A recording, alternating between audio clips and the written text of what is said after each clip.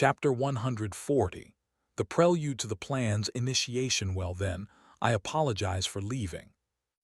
It's fine, Your Highness the Crown Prince. Confronting the abyssal demon invasion is of the utmost importance. I understand. Thank you for your understanding, Archbishop Macaro. After expressing his gratitude with a bow, Zhu Tianhao's put on his platinum steel helmet, led a group of dozens of elite royal guards, and hastily left the dining hall, leaving behind Archbishop Macaro and two other Asumo's church knights. There, a golden light suddenly rippled. Watching the faint golden light disappear on the horizon, one of the Asumo's church members showed a trace of displeasure. After all, the Archbishop of the Asumo's church was left behind by someone without further ado, which naturally made his subordinates feel dissatisfied, even if there were reasons for it. He. After a cold laugh, the man named Rasim slowly walked to the side of the blond man. Archbishop Macaro, Zhu Tianhao's has left. I know. Macaro took a light sip of his morning tea and smiled faintly. He didn't seem to mind that Zhu Tianhao's left quickly without arranging for any further hospitality. After a few sips of tea, he looked meaningfully in the direction Zhu Tianhao's had left. "Am the chosen one, huh?" Seeing the archbishop talking to himself, Rasim quietly poured him another cup of tea and then asked curiously, "Archbishop, what do you think of this chosen one? He has quite a presence." Macaro praised with a smile, without any hint of mockery in his tone. "Should I say as expected of the chosen one? He is powerful, has an outstanding temperament, and his charisma is quite good too. You can tell that the guards in the palace have immense respect for him, probably even more than they have for the emperor. It's no wonder that the current emperor is so wary of him. However, from what I see, it's only a matter of time before Zhu Tianhao's becomes the emperor of the Snow Knight Empire. The old emperor's faction won't stand a chance against him. It's just that." "What is it?" "He is quite confident." Macaro smiled faintly. However, the smile at this moment carried a chilling undertone compared to before, and the teacup in his hand corroded into a drop of thick white liquid. "He's too confident, or rather, it wouldn't be an exaggeration to call him arrogant. His weapons are indeed very powerful, but to use them to threaten the Asumo's church is just too naive. Moreover, this man is too ambitious." "Ambitious? He doesn't seem to have said anything about it, has he?" "That's why I said you're still too green, Rasim. Green equals naive." "I'm sorry, Archbishop." The knight guiltily lowered his head. "No, you don't need to apologize. This chosen one is quite good at acting, and it's not easy to see through him without some experience. In any case, you just need to know that his intention to meet Mengxi is definitely not a good one. If I'm not wrong, he wants to control our Asumo's church through the Girl of Destiny. The allied forces he mentioned earlier also serve the same purpose." "Is that so? Do we still need to cooperate with him?" "Cooperate? Why not cooperate?" It seemed as if he had heard something amusing, and Macaro's smile grew even brighter. "There's no problem working with him before we figure out the structure of the magic energy fission bomb and other weapons. Of course, the specifics will depend on the Pope's instructions." "I see." Rasim nodded with a vague understanding. "Then, Archbishop, I will notify the Dark Moon Sorrow troops to go to the southern border of the Snow Knight Empire to assist Zhu Tianhao's in dealing with the Inferno." Saying that, Rasim took out his communication device from his pocket, seemingly preparing to urgently contact the Dark Moon Sorrow in the northern part of the Red Lotus Leaf Empire. There's no need for that." Macaro slowly raised his hand, stopping Rasim's action. "I'd like to see just how capable this chosen one, who is rumored to have obtained a portion of the goddess's power, really is." But Archbishop, Inferno is known to be an extremely powerful monster among the demon king-level existences. Can Zhu Tianhao's, a 7th tier, handle it? Moreover, if the Chosen One were to die, what would the consequences be? What would happen to our world? Should we really not intervene? No need, Macaro said indifferently, and sipped his tea with a playful expression. Such an uncontrollable Chosen One, if he dies, so be it. It's not important. As for what will happen to the world, you don't need to worry about that. Meanwhile, with the help of the rare spatial array, Zhu Tianhao's, fully armed, and several elite members of the Royal Knights appeared north of the Blooming Flowers military base. With the faint golden holy aura attached to him, Zhu Tianhao's floated in midair, gazing in the direction of the military base in the distance. For a moment, Zhu Tianhao's couldn't help but squint his eyes. The Royal Knights behind him were even more horrified. At this time, the continuous mountainous area in front had turned into a sea of fire, a purgatory. Hellfire from the underworld devoured everything around it. The cries of humans, magical beasts, or spirit beasts were endless. The terrifying crimson flames burned life to nothingness and completely swallowed their souls in the boundless sea of fire. The fire soared into the sky. The sky had turned crimson. The scorching heat, mixed with overwhelming oppressive power and eerie howling, surged continuously from the distance, causing the Royal Knights to tremble uncontrollably. An unprecedented fear emerged in everyone's eyes. Faced with this impact, a few knights couldn't help but look nervously at Zhu Tianhao's and advised, "Your Highness, we should wait for the Grand General to come. That's Inferno. During the Holy War, that demon king level being single-handedly defeated 3 heavenly apostles of the Asumo's church. Your Highness, please think thrice." Yes, a saint tier challenging a demon king tier. This is really ill-advised. You are the Chosen One. You can't let anything happen to you. However, in the face of his subordinates' discouragement, Zhu Tianhao's just laughed nonchalantly. He looked confidently at the flame demon standing in the sea of fire, with 2 pairs of wings, horns on its head, and a body made of flames. "Don't worry, Gaffy Toma Lalo. I have my own way of dealing with it. Just follow my plan." With that said, a hint of golden light quickly filled Zhu Tianhao's azure eyes, and the pale golden divine power gradually replaced the holy aura, covering his body. His own momentum even soared at this moment. The powerful sacred aura erupted. Incredibly, he managed to hold his ground against the incoming scorching airwaves. Seeing this, the Royal Knights knew they couldn't persuade Zhu Tianhao's any further, so they respectfully bowed. "Understood, Your Highness. We wish you success in battle. I'll wait for my good news." After a light response, Zhu Tianhao suddenly transformed into a golden meteor. With an unstoppable force, he charged towards the boundless sea of fire and purgatory ahead.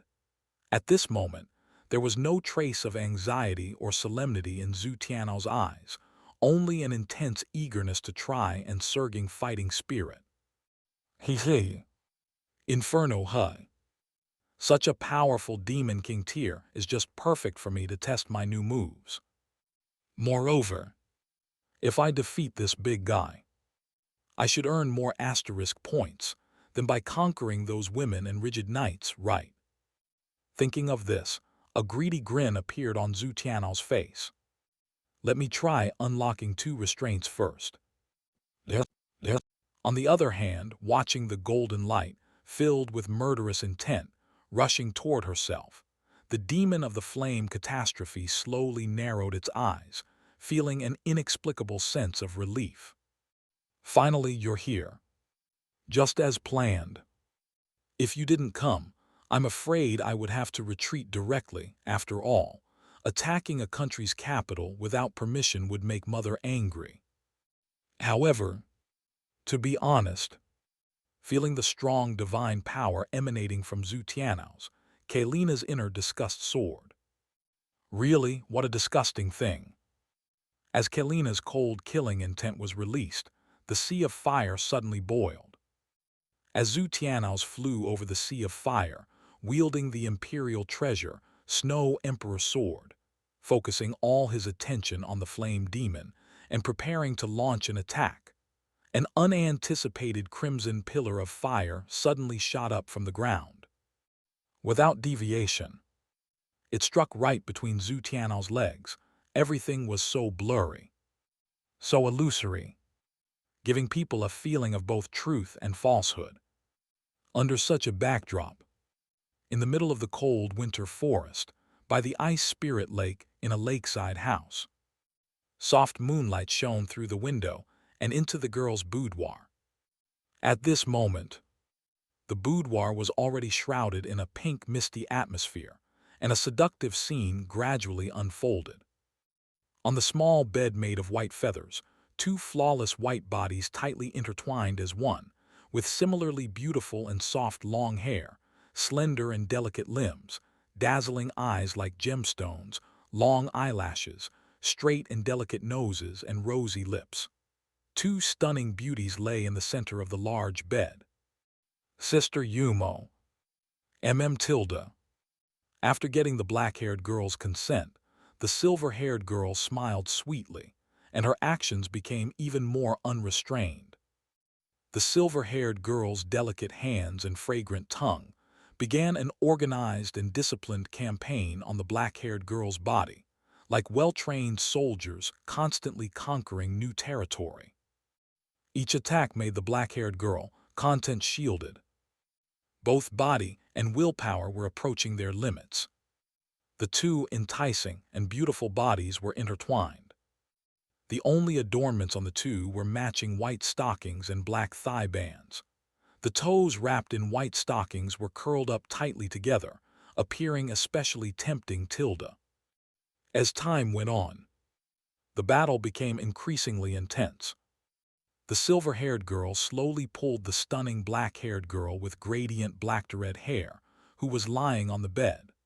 Under the intense stimulation, the black-haired girl's legs tightly wrapped around the silver-haired girl's waist, with both jade arms tightly embracing the other's head, holding it close to her chest. Under the stimulation of her lover's scent, the silver-haired girl became more and more excited. The black-haired girl, who was also getting more and more carried away, slowly raised her head and in the moonlight revealed her alluring face. Her red lips slightly parted, and her breathing grew heavier. The delicate voice, along with the tempting sound within it, was enough to make anyone blush. Just hearing this sound would be enough to let one's imagination run wild. Under the silver-haired girl's fierce offensive, the black-haired girl was helplessly defeated, and her defenses collapsed completely. She could only weakly beg for mercy. However, the silver-haired girl didn't intend to stop at that. Hail the lowly. The following scenes cannot be described. Please imagine them yourself. By B tilde tilde tilde. No matter what kind of battle, it will eventually come to an end. After hours of thrilling skirmishes, both parties' endurance reached their limits. After a series of blush-inducing cries, the black-haired girl finally reached her peak. This indescribable feeling of exhaustion overwhelmed the black-haired girl, causing her consciousness, which was in a hazy state, to gradually return to clarity. As their movement ceased, the black-haired girl suddenly opened her eyes, her crimson pupils filled with astonishment. What? I'm with Mengxi. No, that's not right. What is this? When the black-haired girl realized something was amiss, everything around her began to blur, and in that blur, everything gradually crumbled. With the collapse of the illusory world, Yumo in reality suddenly opened her eyes. What met her gaze was the familiar ceiling. Feeling the warm sunlight brushing her face, Yumo's consciousness completely returned to reality, and she became fully awake. Just now it was a dream. Yumo couldn't help but let out a sigh of relief. But at the same time, she inexplicably felt a hint of regret. What the hell am I thinking? Regretting what? After shaking off those strange thoughts in her head, Yumo gradually calmed her restless heart. However, just as she settled down, Yumo's face showed a trace of embarrassment.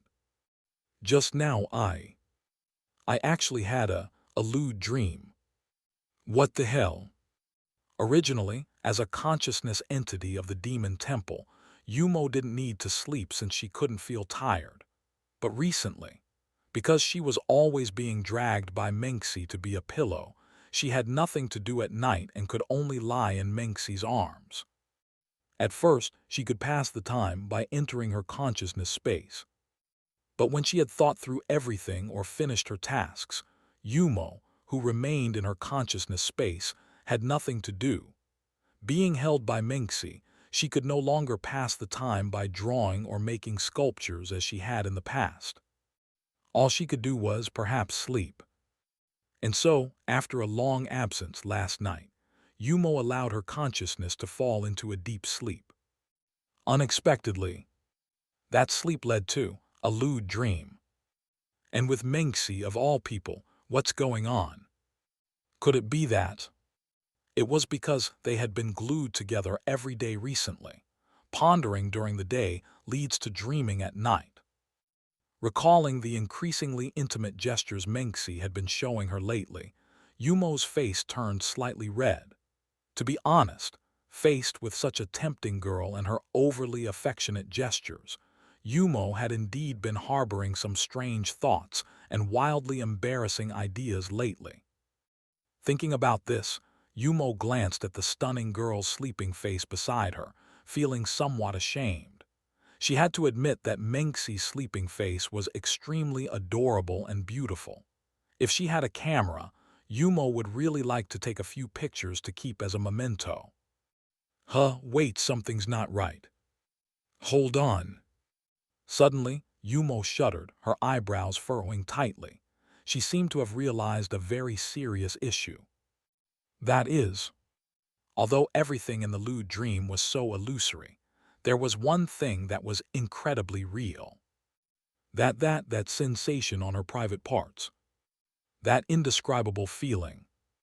As if her whole body had been taken. It seemed. It was real. So embarrassing. Yumo couldn't help but roar inwardly.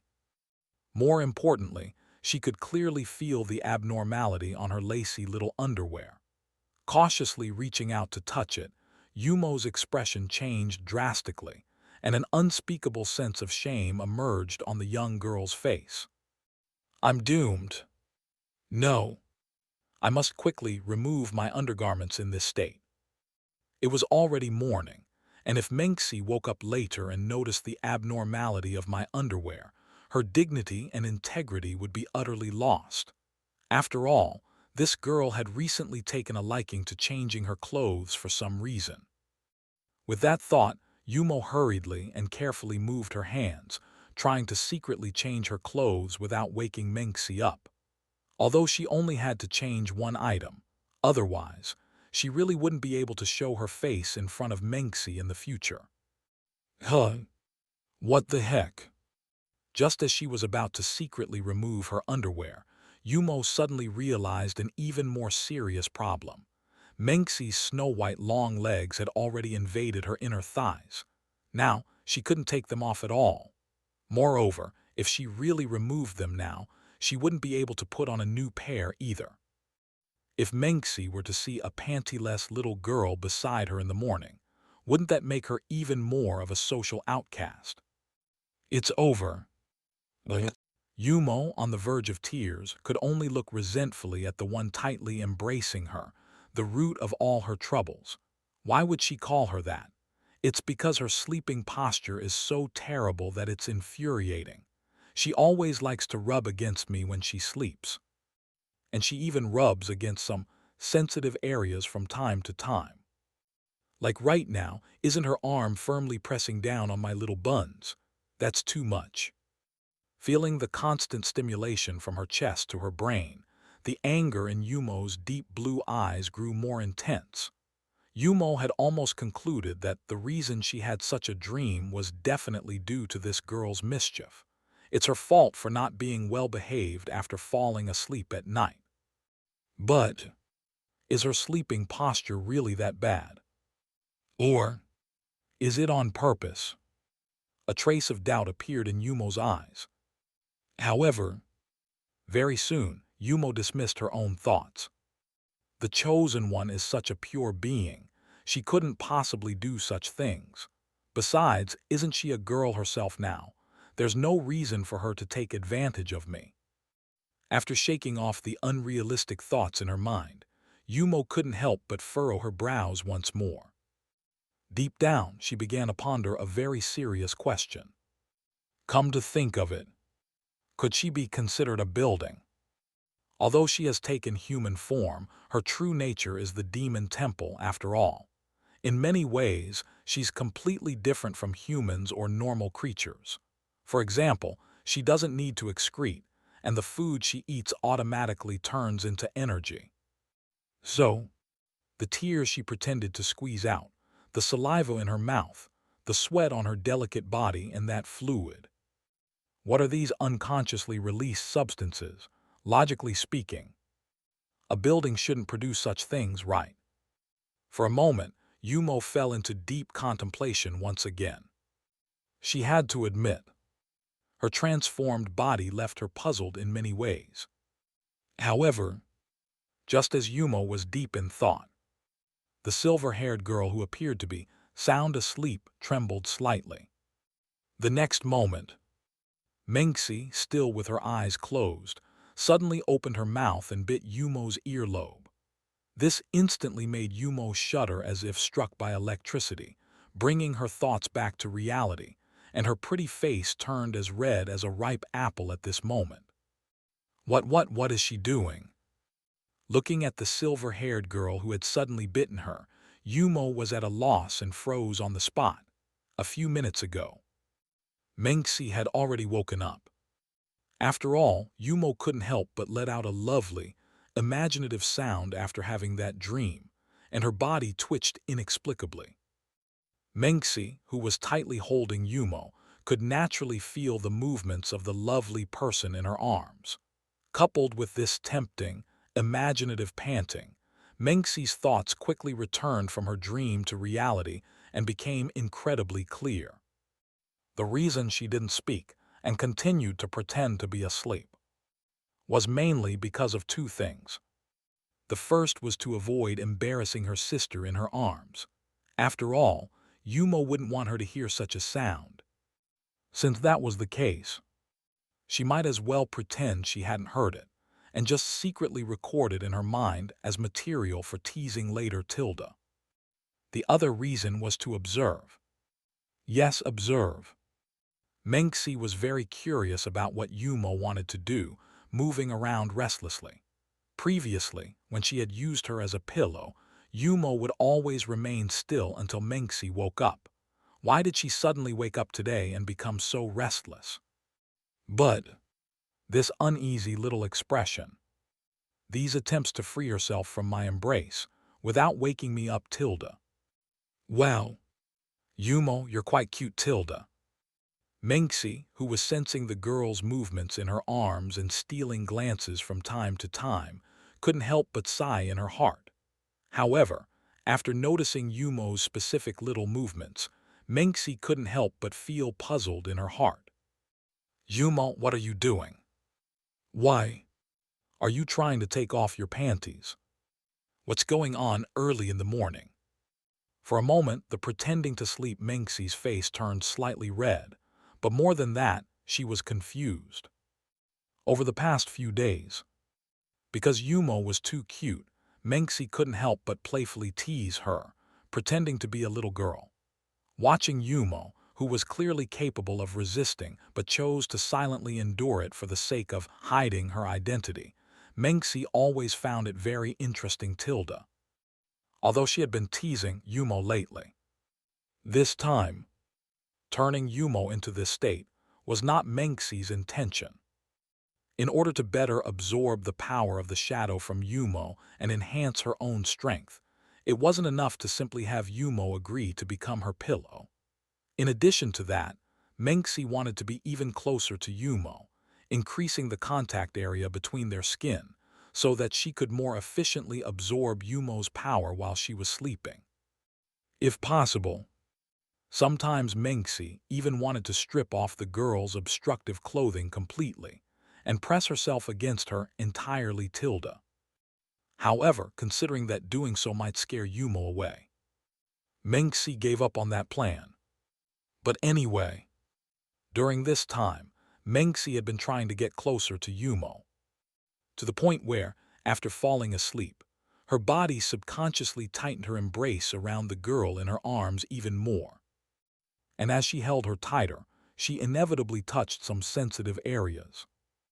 Adding to Yumo's recent strange thoughts, this led to Yumo having a very embarrassing dream.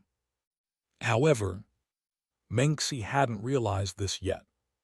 She was just puzzled by the actions and intentions of the lovely person in her arms. However, Yumo eventually stopped her little movements and gave up on taking off her panties. This made Mengxi feel a bit disappointed. She had thought that after Yumo took off her underwear, she could take advantage of the situation to tease her when she got up. It seemed there wouldn't be such an opportunity now. What a pity. Mengxi sighed regretfully in her heart. At the same time, the silver-haired girl slightly opened her eyes again and began to sneak glances at the delicate and lovely little girl in front of her. Mengxi couldn't help but think of a serious question. That is, should she expose Yumo, take off this disguise, in order to better improve her strength and more efficiently absorb the power of the shadow? Mengxi had been trying to get as close to Yumo as possible. However, compared to the petite Yumo, she still preferred to hold the other version of Yumo.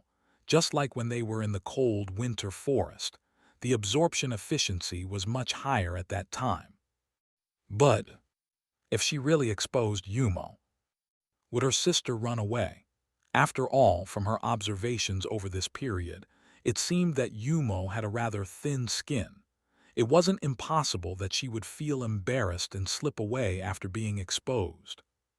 With that in mind, Mengxi temporarily dismissed the idea of confronting Yumo, as teasing her in her current state was also quite interesting.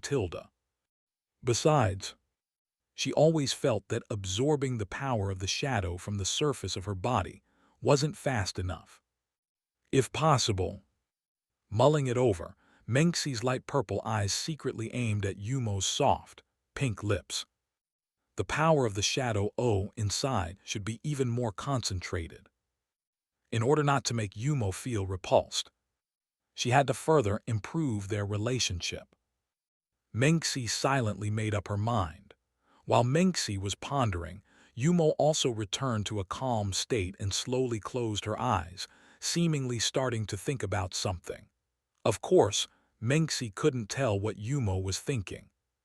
But looking at her cute face with pursed lips, Mengxi unconsciously revealed a mischievous smile.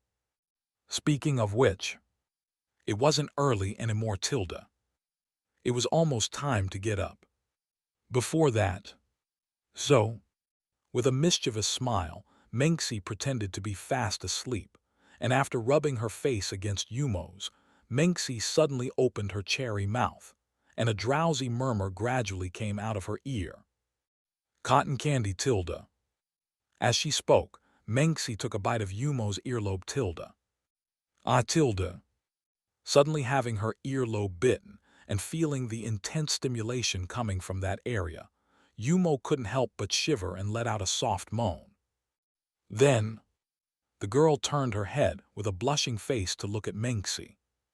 Sister. At this moment, hearing Yumo's moan, Mengxi seemed to gradually return from the dreamland to reality, slowly opening her drowsy, light purple eyes, curiously looking at the pink-haired girl in her arms, whose face was as red as an apple. Afterwards, Mengxi reluctantly let go of her mouth and revealed a charming, sweet smile. Good morning, little Mo.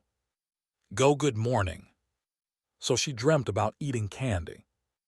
I was wondering why she bit me out of the blue. Looking at Mengxi's charming smile, Yumo couldn't help but mutter in her heart. However, Yumo didn't have time to think about it any further, because the next moment she was surprised to find that, although Mengxi had woken up, she didn't seem to want to get out of bed. Instead, she held Yumo even tighter.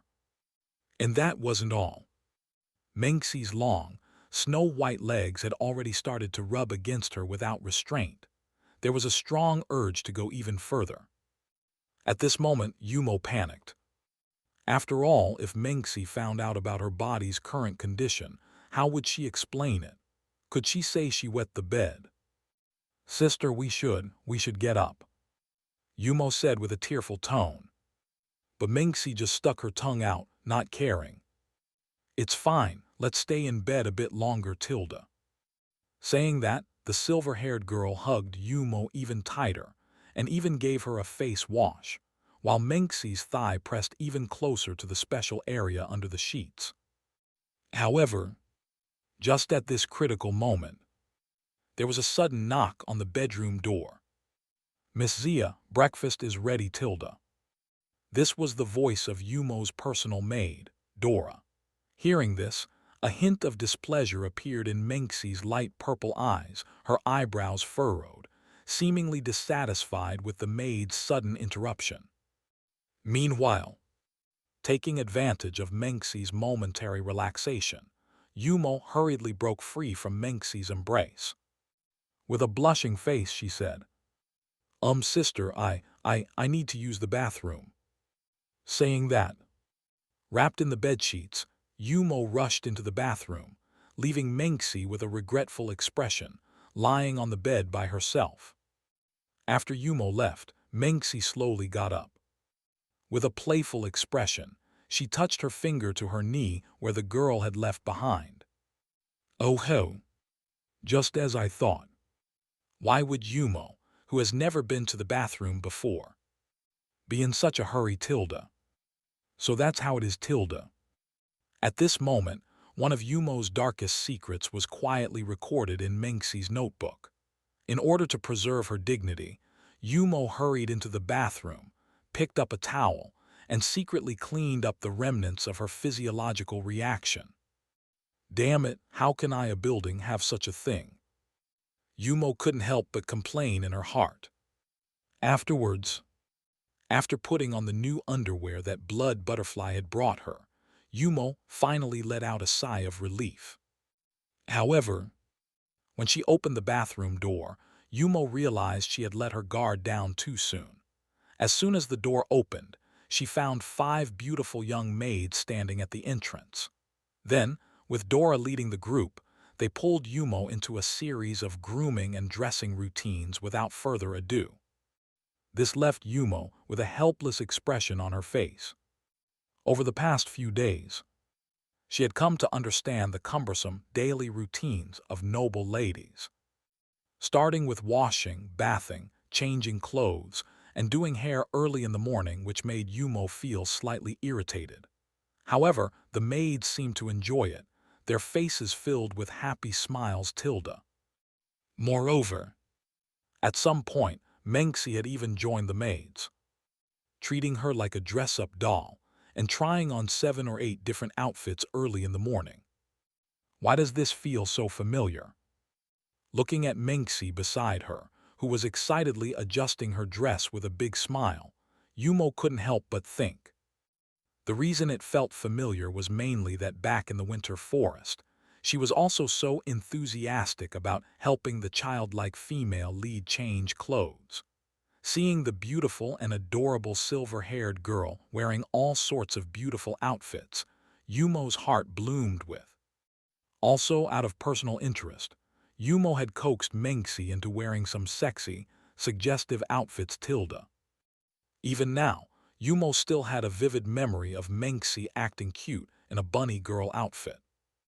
Although they had a lot of fun at the time, she soon gave up on dressing Mengxi in risque clothes. On the one hand, it was because the revealing underwear and thongs from the Sebastian were too hentai.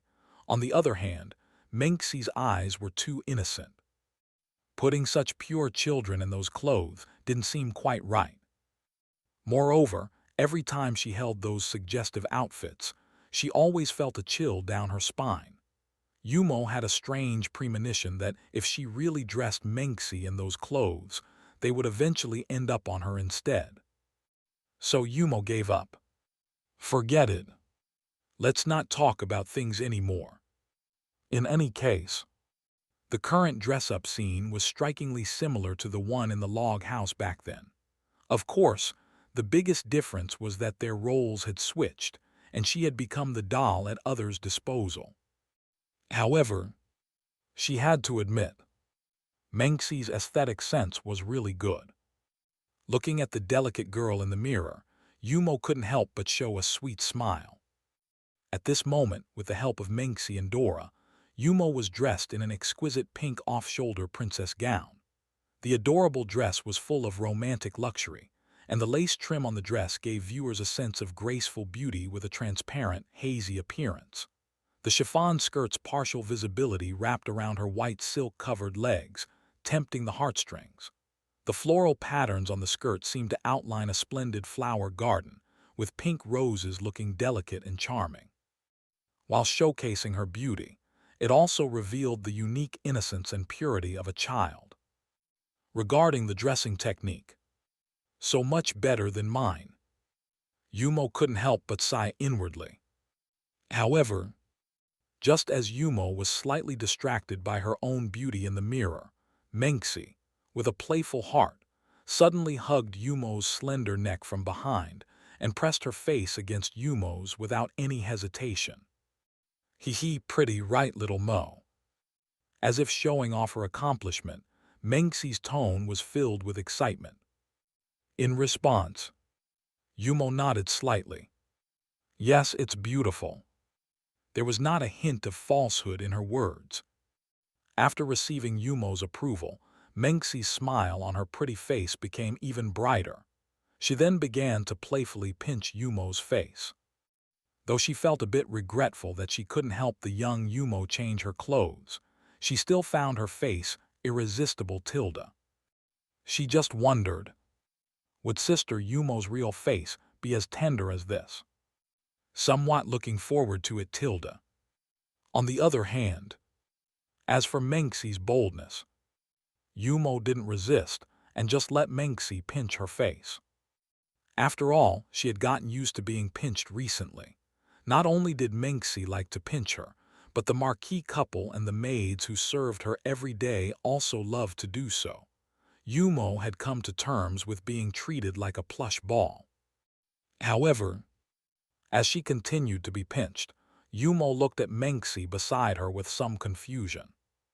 It was a good thing that Mengsi was so close to her, so she could blend in with the female lead and assist her better. But isn't it a bit too close? From time to time, this question would arise in Yumo's heart. She had indeed been doing her best to raise Mengsi's favorability towards her, but wasn't it increasing too quickly? Now Mengsi seemed to treat her like a real sister, accompanying her day and night, even wanting to bathe and sleep together. Sometimes, Yumo even felt that the girl wanted to eat her up. Strange. Their time together had only been a little over a week, right? Yumo felt quite puzzled. However, Yumo didn't have time to think too much about it for the time being, as after changing their clothes, Yumo and Mengsi were led by the maids to the marquis mansion's dining room to have breakfast with the marquis couple. Upon arriving at the dining room, as expected, Yumo was pulled by the Marchioness to sit down next to her. Regarding the granddaughter who finally returned to the family, Aurora naturally showered her with endless affection, even trying to make up for all the love Zaire had missed out on over the past few years. As a result, every time they ate together, Aurora insisted on personally feeding Yumo.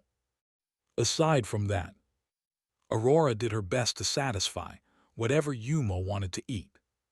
For example, the night before last, when Yumo heard about the deliciousness of Black Forest cake and expressed her desire to taste it, Aurora immediately sent a group of knights to a cake shop on the east side of the city in the middle of the night, forcibly bringing the owner back to the mansion to make the cake.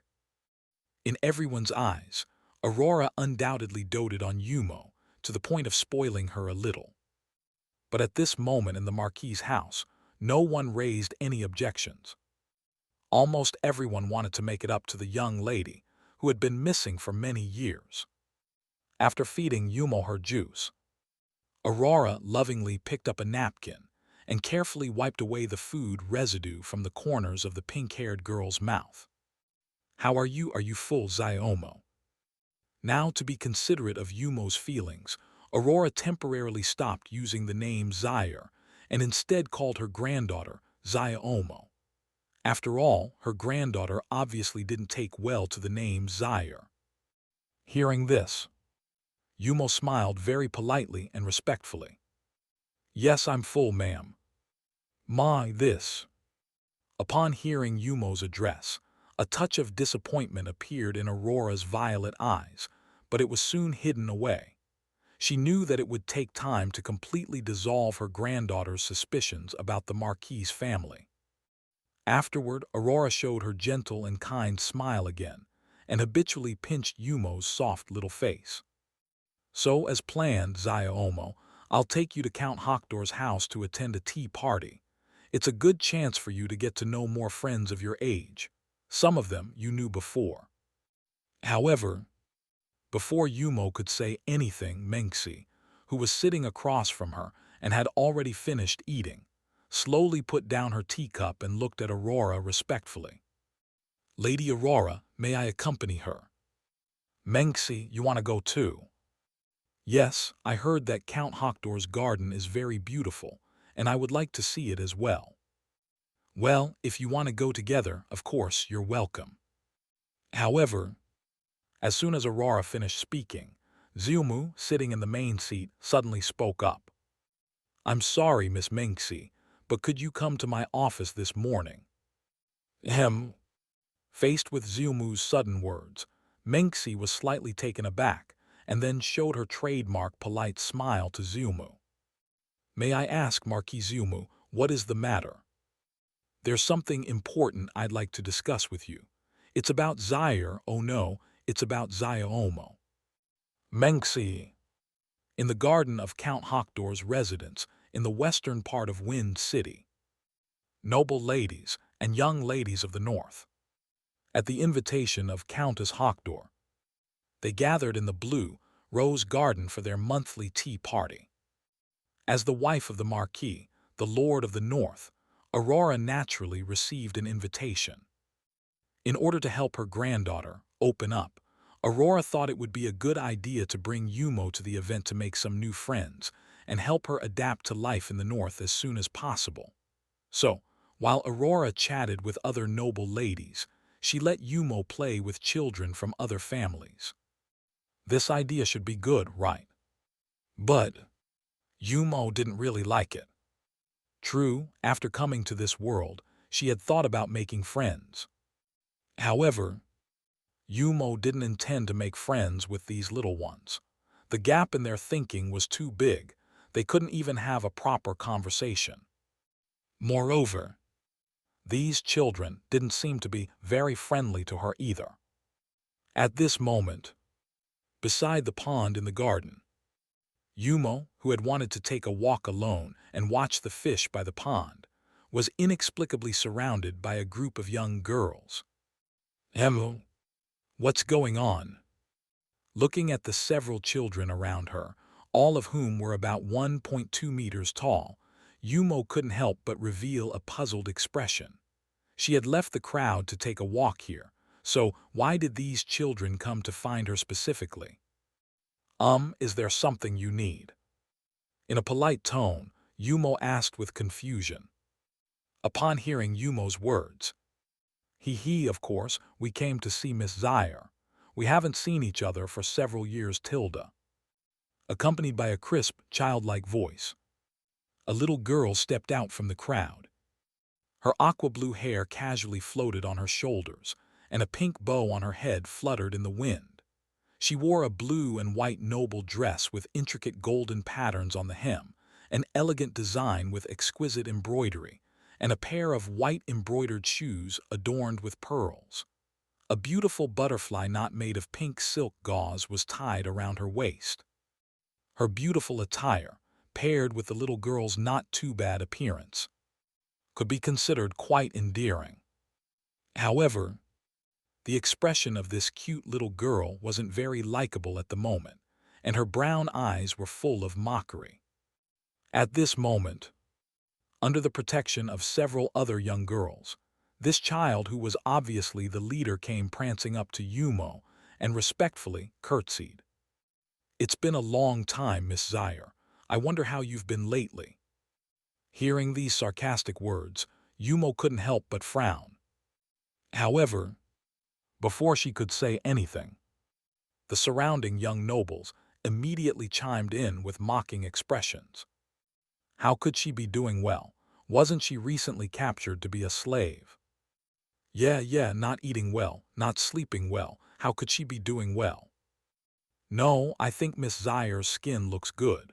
Doesn't seem like she's been mistreated. Oh, could it be that she became someone's bed warmer, and that's why she's been treated better? So are you saying, Miss Zaire, you've already been? That happened. It's normal for a slave, I guess. But even so, she still has the nerve to be the heir of the Marquis family. There. Although they didn't outright curse, the contempt and mockery in these girls' words were unconstrained, causing Yumo to frown slightly. Yumo was generally very tolerant of children. She didn't care much about the nonsense these young girls spouted, but she did feel a bit puzzled. Strange. My pretending to be a slave was something that the few people forced to swear by Asumos and Menxi wouldn't reveal. As for the Marquis family, those who knew the inside story had been strictly warned by the Marchioness and shouldn't disclose it. The Marquis family had also been trying to suppress the news lately. So how did these people find out? Was it leaked earlier? Sigh. Never mind. Yumo didn't care too much about what others said about her. As the ruler of Demon Temple, she had heard much worse than this. However, glancing at the young noble ladies in front of her, Yumo sighed in disappointment. Is this supposed to be bullying? Kids these days are really naughty. Really? They were incomparable to her own obedient children. Seeing that Yumo not only didn't show a shame-filled expression, but even revealed a disdainful look, the blue-haired girl felt extremely displeased. What are you sighing for? Nothing. Nothing, and you just say that. Sure enough, Miss Zaire, having been a slave for so long, have you forgotten the etiquette of a noble? I specifically came to greet you, and you don't even return the courtesy. Return the courtesy. There seemed to be such etiquette. But who are you? You've actually forgotten my name. Seeing that her childhood enemy had forgotten her name, the blue-haired girl's face turned angry, and she pointed at Yumo indignantly. I am Xingya Hokdor, the daughter of the Hokdor family, your biggest rival. In all the years you've been missing, I've never forgotten you, but you actually forgot me. Are you saying my name isn't worth remembering? Do you look down on me that much? Ahem. Looking at the young girl in front of her who was angrily venting on her own, Yumo's eyes were filled with speechlessness. This girl, her imagination is really high. However, it seemed that they didn't know about her amnesia. They knew she was a slave, but not that she had lost her memory. It felt like someone is deliberately spreading the news. Yumo couldn't help but make a judgment in her heart. However, Yumo's silence was regarded as disdain by the child named Xingya.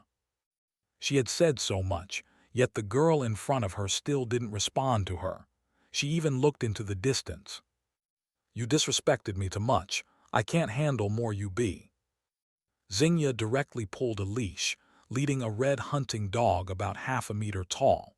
It was her spirit beast, the Red Wind Hound. Clearly, the angry girl intended to use her dog to intimidate the girl in front of her and regain some face. Soon, Under Xingya's instructions, the red-winged hound approached, baring its teeth with a snarl. However, the next moment, as Yumo turned her head back, casually glancing at the red-winged hound, and as the hound's eyes met Yumo's deep blue pupils, it saw a faint scarlet light flashing within them. The sturdy hunting dog suddenly felt an indescribable fear, a terrifying pressure descending from the sky, heavily suppressing its very soul. It even seemed as if the soul would be crushed outright. In an instant, the originally fierce and dominant red-winged hound's momentum wilted, and it let out a series of panicked wails, like a dog that had lost its home. "Little Jai, what's wrong with you?" Xingya exclaimed in surprise.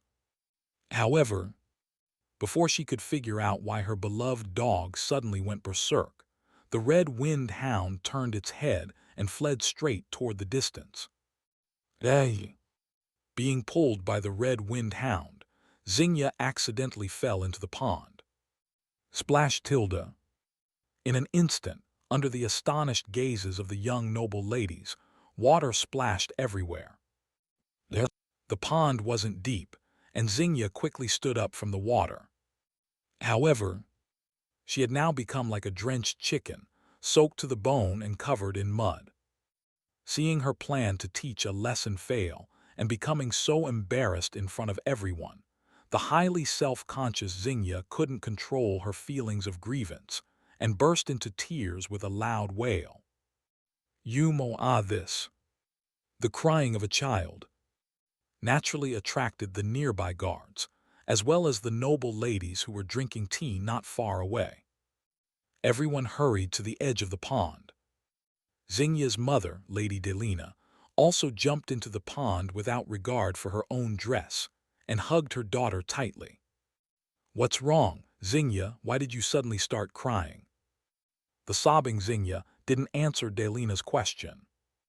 However, a child from a certain count's family who was Xingya's follower didn't hesitate to play the victim, pointing directly at the innocent-looking Yumo. "It's her. This slave girl pushed Miss Xingya into the lake." As soon as this statement was made, the scene fell silent except for Xingya's crying. Everyone seemed to be surprised by the girl's words.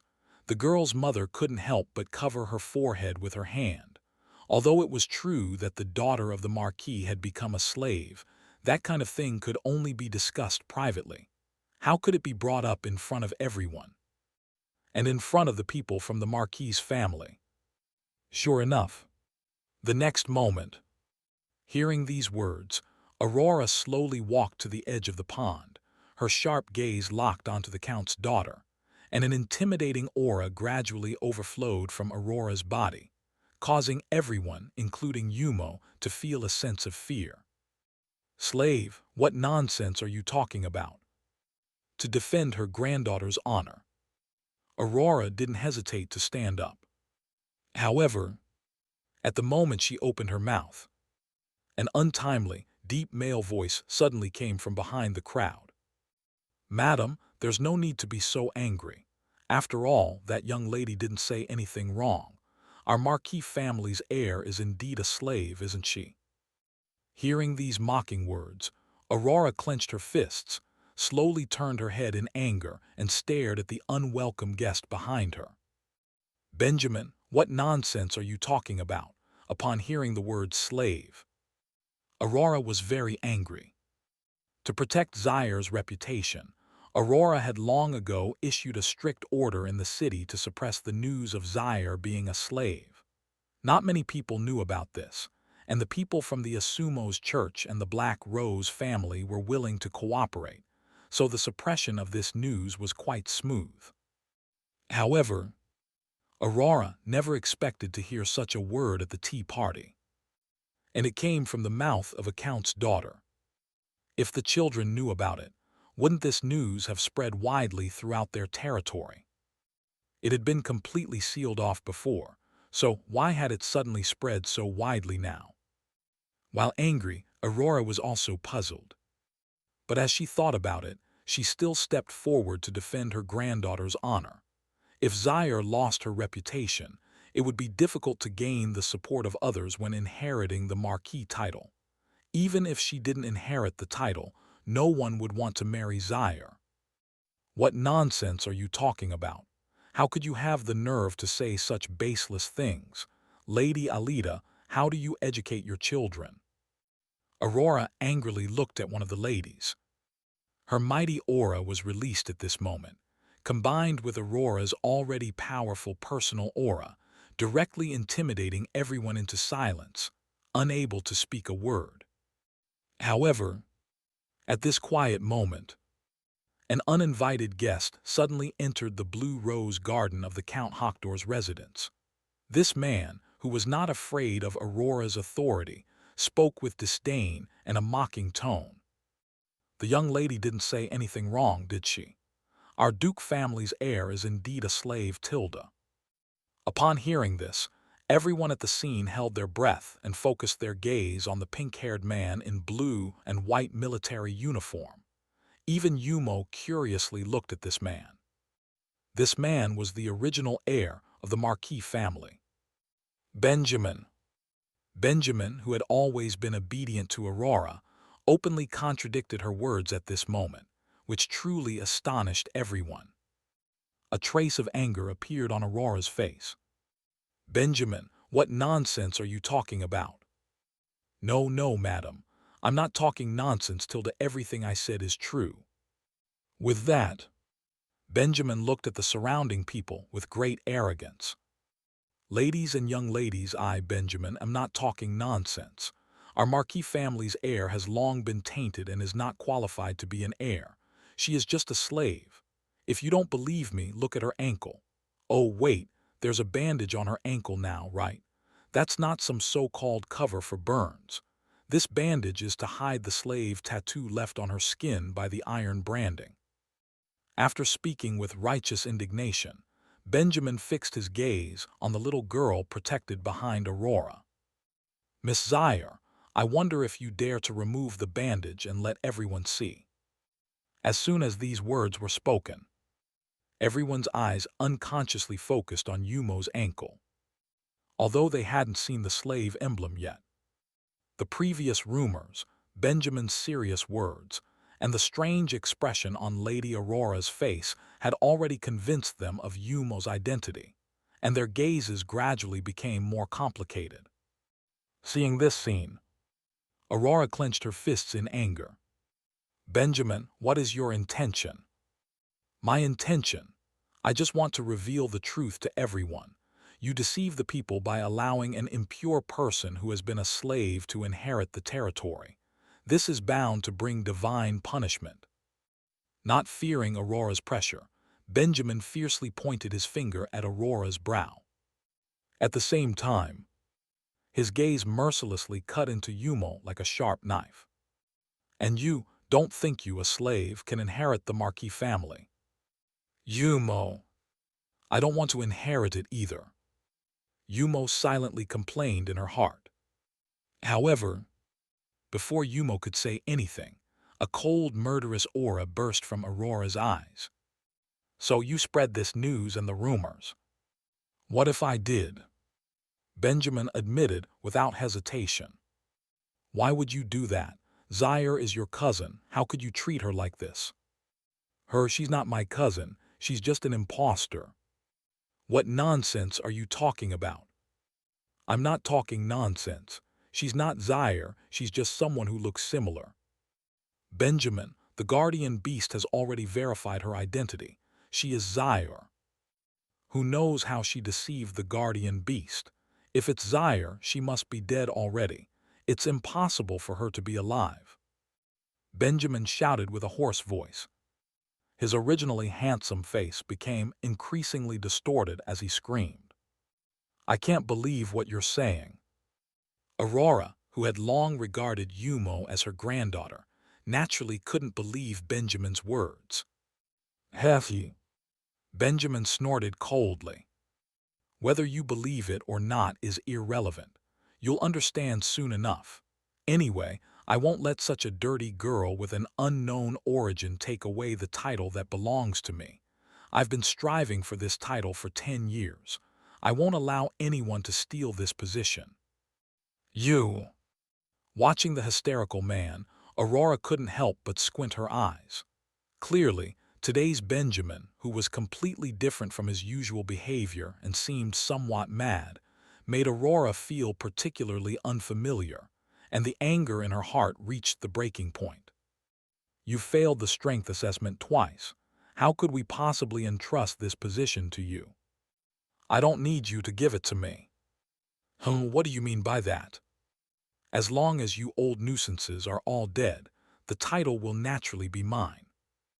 Bloodshot eyes filled Benjamin's blue pupils, and his words carried a hint of chilling, murderous intent. Oh, right, and my cheap little cousin, I'll send you to hell with them. You and Zaire look so alike. You should be able to become good friends in hell, right? Casting a sidelong glance at Yumo, Benjamin shouted in a mad tone. You're insane. Facing Benjamin's continuous provocations, Aurora could no longer bear it. Her majestic purple fighting aura exploded, and she instantly transformed into a bolt of lightning, suddenly appearing before Benjamin and furiously swinging her palm at him. The formidable lightning fluctuations and the erupting fighting spirit directly pushed back the nearby pampered noble ladies, who looked at Aurora with fear.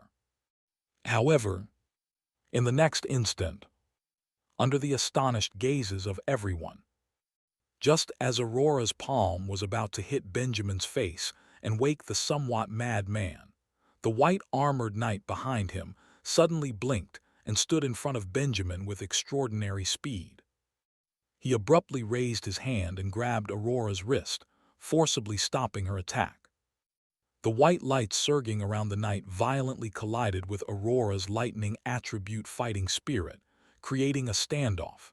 Apparently, this knight, who had been silently standing behind Benjamin, was actually a Saint Tyre expert. Hath my lady, don't be so hasty. Young Master Benjamin is right. That girl is indeed not your granddaughter. Saying that, the intruding knight slowly removed his helmet, revealing his gloomy face that resembled a withered old tree. At the sight of this person, seeing the familiar face that had appeared on the wanted list several times, Aurora's expression suddenly changed, and her eyes narrowed. You're the Archbishop of the Divine Punishment sect. In that moment, a terrifying murderous intent and a strong desire for revenge suddenly burst forth from Aurora's eyes. You are the Archbishop of the Divine Punishment sect Romney.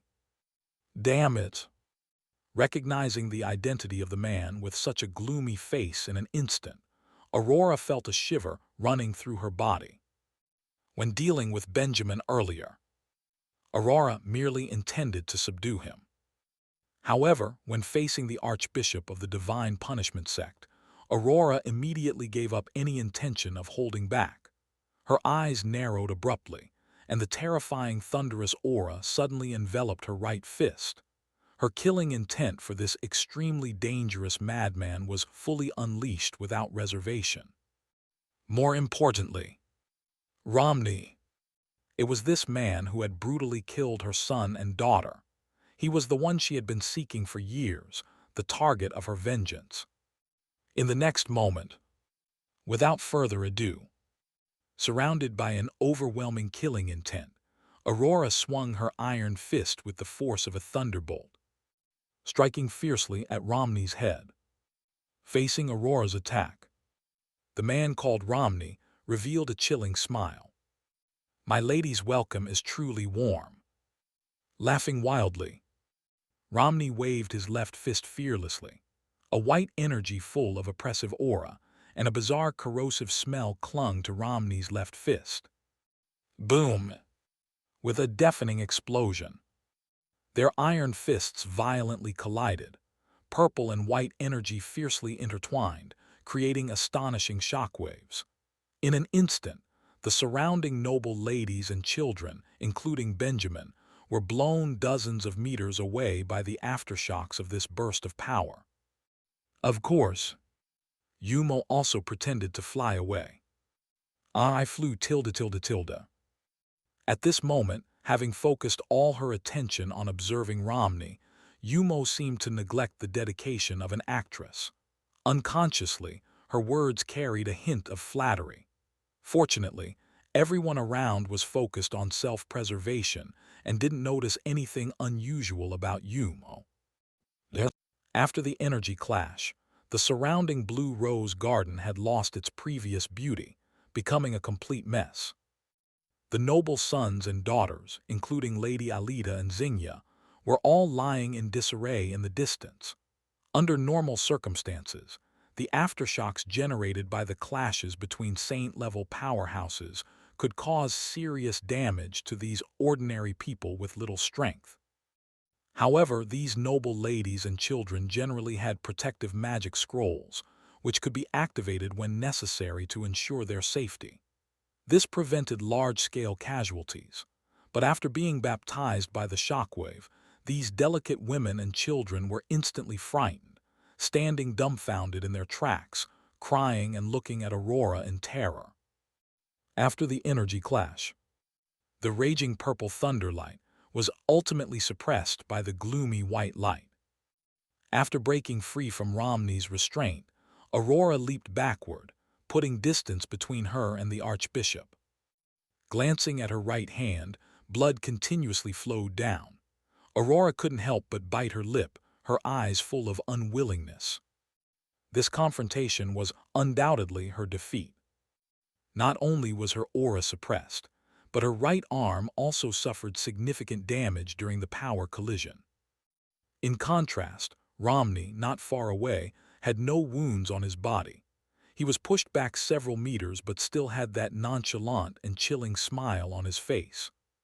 This guy must be at least high or peak 7th tier.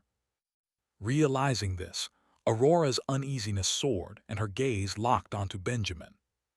You actually teamed up with the Divine Punishment sect.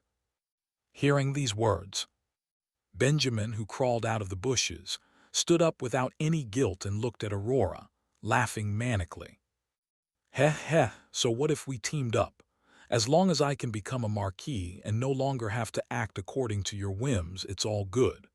My lady, if you surrender now, perhaps, I can ask Mr. Romney to leave your corpse intact tilde.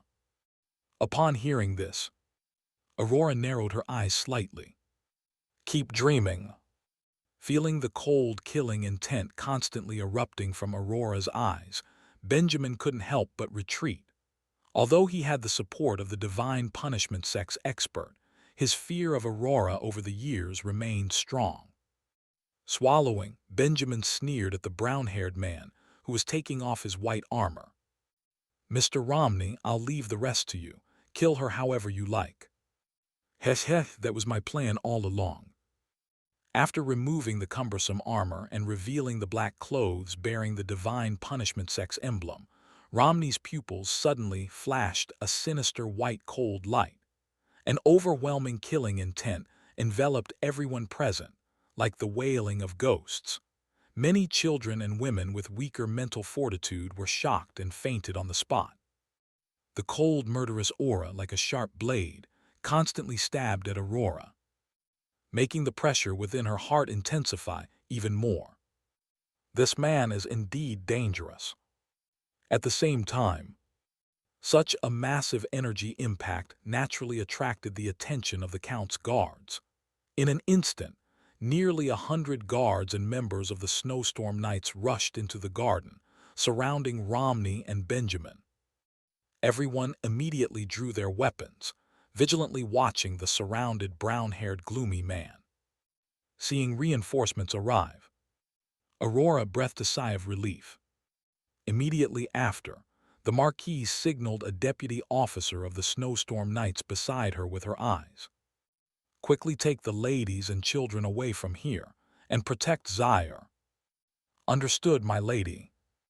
The knight who received the order immediately led a group of people towards the back, taking the unconscious and frightened noble ladies and children away from the battlefield in a hurry.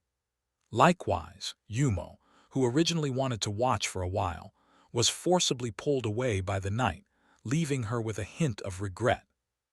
However, after seeing Zaire leave, Aurora couldn't help but feel a weight lifted off her shoulders. With Zaire gone and no more troublesome nobles, she could finally fight without holding back. Thinking of this, Aurora roughly tore off the bottom of her skirt and her sleeves, turning the expensive dress into a more battle-friendly outfit. After receiving the sword handed to her by her subordinate, Aurora suddenly swung her sword, pointing the blade at Romney's forehead. "Scum of the punishment sect, since you dared to come to our Wind City, don't expect to leave alive. It's time to settle the blood debt you owe in Wind City." As soon as the words fell, the surrounding soldiers burst into intense energy. Two members of the Snowstorm Knights beside Aurora even ignited their powerful sixth tire power. The combined oppressive force of the soldiers and Aurora ultimately suppressed Romney's sinister white light. This greatly boosted Aurora's confidence. After all, no matter how powerful Romney was, he was ultimately just one person. One person couldn't possibly withstand the siege of so many people. However, just as Aurora was thinking this, Romney seemed to guess Aurora's thoughts and laughed heartily, without restraint. "Eche, eche, eche, eche, eche. Eche, eche, eche, my lady, you don't really believe I came alone, do you?" "What?" Aurora's eyes widened, and she quickly looked around, sensing something was wrong. The next moment, under the astonished gazes of Aurora and the knights, dozens of people wearing the black cloaks of the Divine Punishment sect suddenly appeared from all directions like ghosts. The people who had originally surrounded Romney were now surrounded themselves. Although these black-cloaked individuals were fewer in number than the knights, their overall momentum was stronger. A horrifying chill instantly suppressed every knight present. These members of the Divine Punishment sect, though few in number, were all elites. The intensity of their aura was far stronger than the soldiers on Aurora's side. "Damn it!" Aurora couldn't help but bite her lip, as a cold sweat slowly dripped down her forehead. However, at this moment, beside Romney, Benjamin, who had been knocked down by the knight's imposing presence, hurriedly stood up. Upon seeing so many elite members of the Divine Punishment sect, this pink-haired man immediately revealed an ecstatic expression. "Ha ha ha, as expected of Mr. Romney, your preparations are impeccable." "Well, that's all thanks to you, young Marquis, for providing the pass," Romney courteously replied. "Without your pass, it would have been difficult for us members of the Divine Punishment sect to sneak in." "That's true." Benjamin smirked proudly. Then, as if remembering something, Benjamin hurriedly reminded, "Oh right, Mr. Romney, don't let that impostor young lady escape. And those noble ladies and their children, they all heard our conversation earlier. We absolutely cannot let them live. Otherwise, it will affect my rule in the north later on." "He, of course." With an eerie smile full of wickedness and a meaningful glance at Benjamin, Romney then looked in the direction where Yumo and the others had left. "Those tender-skinned, delicate fellows must be interesting to kill. How could I possibly let them go? They won't be able to escape, ha ha ha." "You bastard!" When Romney's cruel words reached Aurora's ears, the fury and killing intent in the Marquise's heart could no longer be suppressed, erupting with a bang. The cold chill emanating from her made the surrounding soldiers feel an indescribable pressure, causing their bodies to tremble involuntarily. Recalling the tragic deaths of her son and daughter, Aurora's face gradually twisted with rage. She couldn't let history repeat itself. This time, she would not let this bastard hurt her granddaughter. "Die, you scum!" With Aurora's heart-wrenching roar, the icy purple aura instantly enveloped her weapon. In an instant, Aurora transformed into a purple thunderbolt, charging at Romney like a roaring purple dragon with unstoppable force. The raging lightning instantly turned everything in its path to ashes. The once beautiful blue rose garden had been reduced to nothing, with the scent of burnt ashes permeating the air. The overwhelming pressure brought by the full power of a saint-level expert made those nearby with insufficient strength shudder, feeling as if their souls were about to be torn apart. When Aurora acted, the surrounding guards also let out passionate battle cries, raising their weapons and launching attacks at the enemies of the Divine Punishment sect. Battle was imminent. Under the intense pressure, Benjamin's face was filled with horror, looking to Romney for help. After all, his strength was too weak, and even with protective artifacts, he feared he wouldn't survive in the chaos of battle. Mr. Romney. However, Romney didn't respond to Benjamin's words, but instead excitedly looked towards the approaching Aurora. Yes, that's it. Pray that fights back is more interesting. I hope that when I cut off your limbs later, you can still be this fiery Tilda. After emitting a chilling laugh, Romney drew two curved blades from his back. Demonic soul wheel Tilda. Romney's black eyes slightly narrowed. His white energy erupted. Wielding the blades in a bizarre posture, surrounded by a burst of white light, Romney prepared to face Aurora's assault. The next moment, Aurora's thunderous spear clashed fiercely with Romney's dual blades. The resulting explosion of energy sent Benjamin flying hundreds of meters away, slamming into a wall and fainting on the spot. And after the energy clash, the dense energy on the thunder spear was gradually weakened by Romney in a strange way. When Romney exerted force again, the lightning shattered completely. Ding Tilda. With a crisp sound, the attack in Aurora's hand was completely neutralized. Romney's counterattack followed immediately. Although Aurora tried to dodge, she was inevitably slashed by Romney's blades 3 times. The crimson blood stained her white dress, and her abdomen was fiercely kicked by Romney. In an instant, Aurora was sent flying, shattering a distant fountain upon impact. A mouthful of fresh blood spewed out involuntarily. "My lady!" Seeing this, a soldier from the Snowstorm Knights rushed to Aurora's side. "My lady, are you all right?" Don't worry about me." Aurora pressed her abdomen, panting. "Protect Zaire and quickly notify Zumu." However, before her words could fade, Romney's leisurely voice slowly entered Aurora's ears. "Seeking help from the Marquis, my lady. Too bad, I'm afraid the Marquis himself is in danger right." What did you say?" Watching Romney effortlessly slash through dozens of soldiers and charging towards her, Aurora tightly gripped her spear and questioned sharply. However, Romney only revealed a hideous smile, without any intention of explaining. But don't worry, a family should be together. Soon, I'll reunite all of you, Tilda." With the cold laughter, Romney's blade rapidly enlarged in Aurora's eyes. Meanwhile, on the other side of the Marquis mansion, another fierce battle was taking place. Soul-breaking slash. With Marquis Zumu's earth-shattering roar, a violent azure sword energy burst out from his sword, transforming into an unstoppable, terrifying sword energy. The horrifying energy wave split more than half of the manor in two. The scattered, terrifying azure energy crushed everything nearby into debris. Under Zumu's powerful strike, more than 20 black-robed men who were charging at him were crushed. Some were turned into a pile of minced flesh, while others collapsed to the ground, unable to rise again.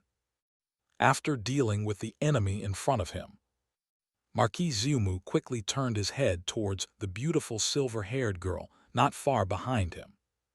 "Miss Mengsi, are you all right?" "I'm fine, don't worry." While replying calmly to Zumu, Mengsi suddenly swung her sword, directly killing 2 members of the Divine Punishment sect who tried to ambush her. Mengsi's strength had already reached the 6th rank. With her already formidable foundation, ordinary 6th rank experts were no match for her.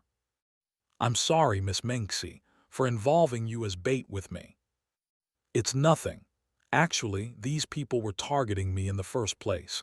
I should thank Marquis for fighting alongside me. It's my duty. You are Zaire's benefactor. How could I let anything happen to you? With that, Xiumu looked at the remaining members of the Divine Punishment sect ahead with an icy gaze.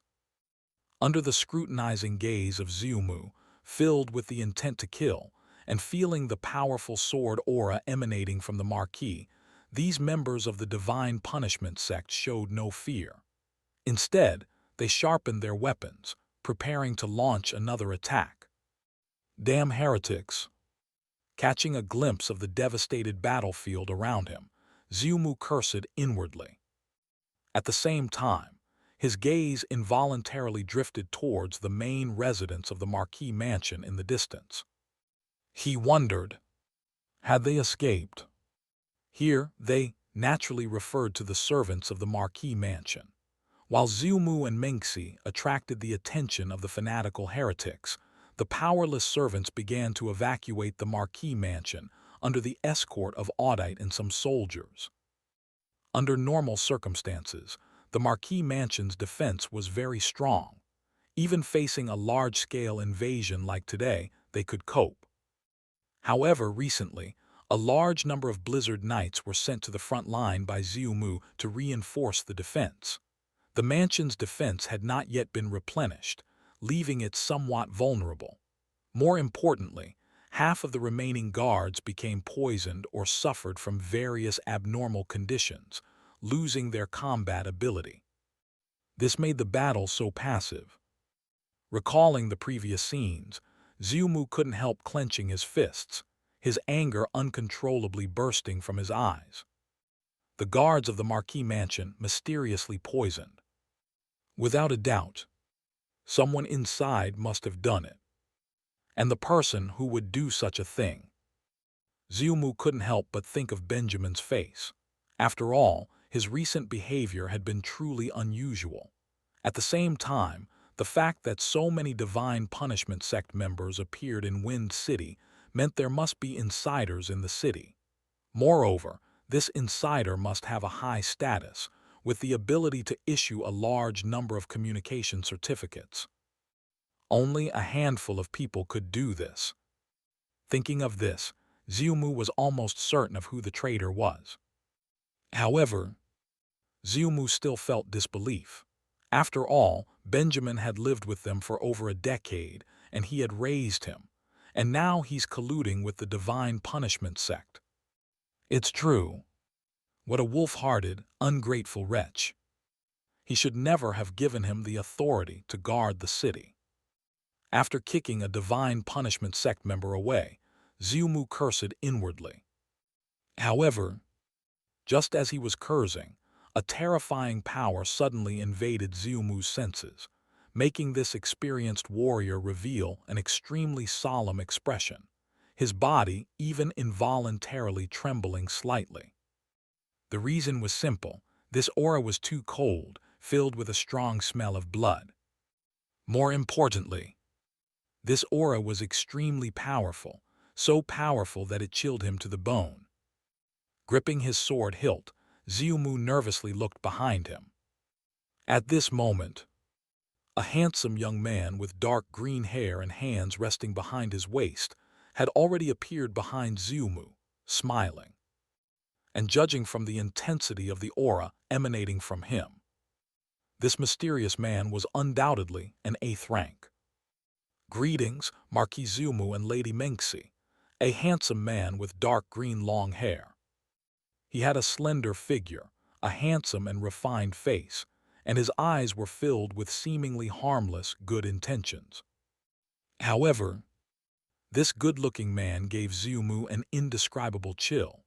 Suddenly appearing behind him, along with the terrifying aura of an 8th rank and the suppressed bloody smell in the aura, Xiumu felt like he was facing a very powerful enemy. His whole body trembled. Judging from the respectful gazes of the people from the nearby Divine Punishment sect, there was no doubt that this man was their leader. A bishop of the Divine Punishment sect, or perhaps their leader. no matter what. The person before him was undoubtedly an enemy. Realizing this, Xiumu's entire body suddenly unleashed its water element power. In the next instant, Xiumu fiercely turned around, and under the surging sword energy, he violently swung his sharp sword at the man's head. However, facing Xiumu's attack, the green-haired man just smiled faintly. Then he suddenly raised his hand, striking Xiumu's abdomen with a fist as fast as lightning. Boom! Accompanied by a deafening explosion and the release of violent energy, the dense blue fighting spirit around Xiumu suddenly collapsed. The protective aura attached to his body and the solid armor were both shattered by the green-haired man's casual punch in an instant. The terrifying impact suddenly hit Xiumu's body. Unbearable pain crazily assaulted Xiumu's brain, causing the experienced Marquis to let out a desperate cry. The power gathered on his sword suddenly collapsed. Xiumu was sent flying backward. After flying hundreds of meters, Xiumu barely regained consciousness, adjusting and stabilizing his posture. However, as soon as he stopped, Xiumu, unable to bear the intense pain, fell to his knees. A mouthful of blood spurted out from his mouth. Marquis. Seeing this, Menxi hurriedly broke free from the attacks of several black-robed men and quickly arrived at Xiumu's side. "Are you all right?" "I'm okay." Xiumu gasped for breath and replied. He held his abdominal wound, and the Marquis slowly stood up, looking at the bracelet on his wrist that had lost its luster. Xiumu couldn't help but feel a little relieved.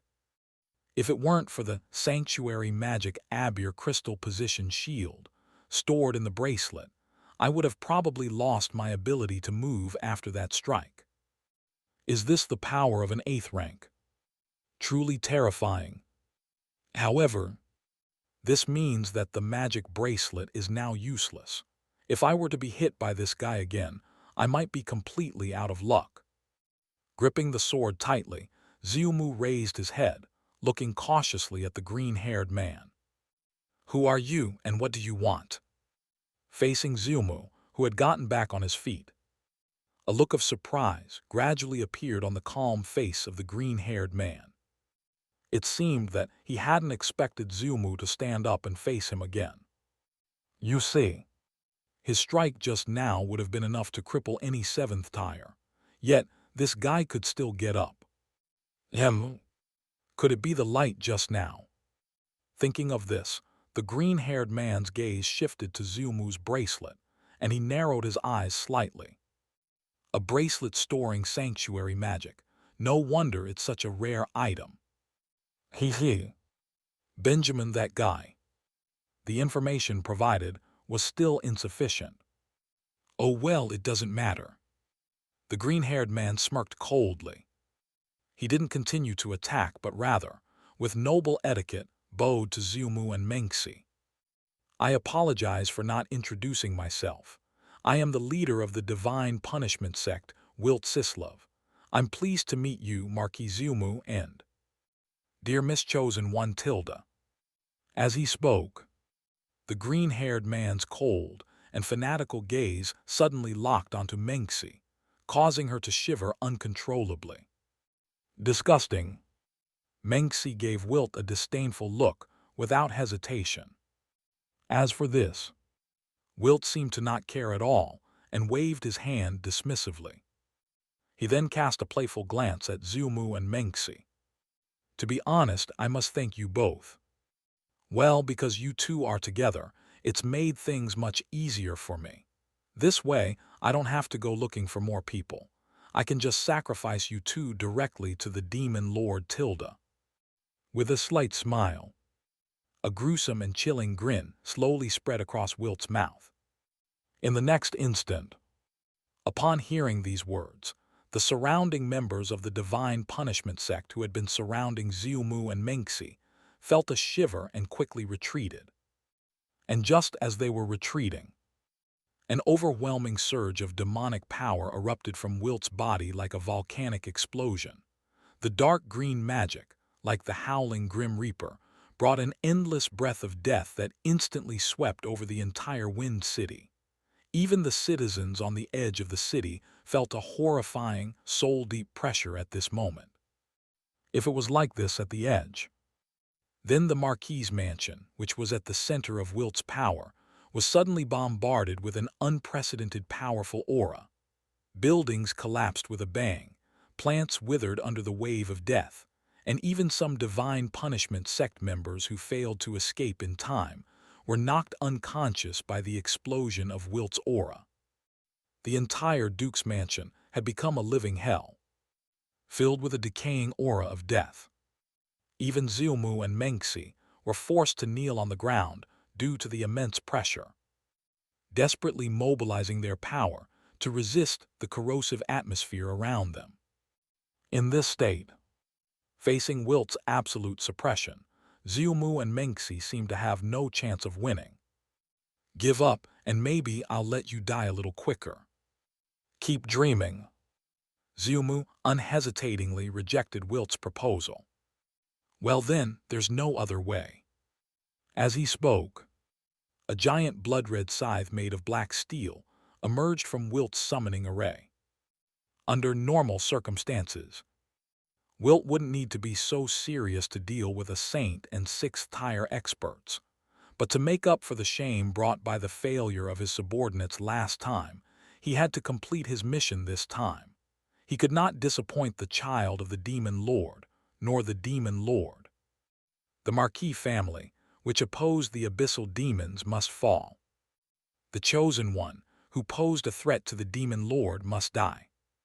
The child of Demon Lord once said, "Even if your opponent is weaker than you, never underestimate them, especially when facing the so-called protagonist group. As a leader, when you encounter a protagonist, you must go all out from the start. Kill them directly, understand?" The crisp voice of the child of Demon Lord seemed to echo in Wilt's mind once again. As a result, after exchanging brief pleasantries, Wilt unhesitatingly activated the corrosion array and summoned the soul-devouring blood scythe. He didn't plan to hold back now. He intended to kill them both directly. Deathside Prison Soul Hook. Wilt suddenly brandished the blood scythe in his hand. In an instant, a raging wind blew. Accompanied by the furious pressure of the wind, the crimson and dark green lights suddenly converged in front of Wilt, transforming into a series of wind blades filled with terrifying killing intent. The wind blades howled towards the two with an unstoppable force. Wherever they passed, everything was corroded to nothingness. Facing the oncoming attack, Xiumu couldn't help but hold his breath, as an unprecedented fear filled his mind. "Damn it!" After cursing, Xiumu gathered all his strength to stand up and protect Mengxi behind him. Even in the face of such a crisis, Xiumu's first thought was to protect this benefactor of the Marquis family. His energy continuously converged within his sword. Facing this unavoidable, horrifying attack, all Xiumu could do was to mobilize all his power and brace himself for the blow. However, just as Xiumu revealed a determined expression, a black cat which had been lying on Mengxi's shoulder for a long time suddenly revealed a fierce glare. It leaped forward, directly jumping in front of Xiumu. Meow. For a moment, Xiumu couldn't help but show a puzzled expression. And the next moment, under Xiumu's astonished gaze, a thunderous explosion erupted. This black cat that had always been perched on Mengxi's shoulder was none other than the guardian beast of the Marquis family, the 8-stage powerful Thundercat J. Ever since it had almost attacked Yumo back then, Thundercat's heart had been filled with uneasiness, fearing that Yumo or her children would one day come to settle accounts with him, turning it into canned cat meat. To protect his precious life, Thundercat had completely turned himself into a cute, lovable being, constantly trying to please Yumo. As the saying goes, gold and stone can be opened. After his relentless efforts, Yumo finally gave him a chance, a perfect opportunity to cling to her thigh. That was to follow this silver-haired girl and protect her. If it protected her well, the previous debts would be wiped away.